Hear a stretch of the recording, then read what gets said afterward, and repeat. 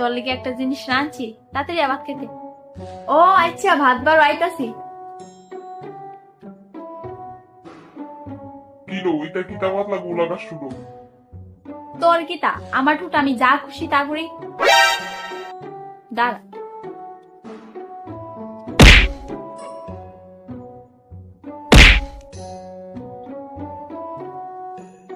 মা, মা,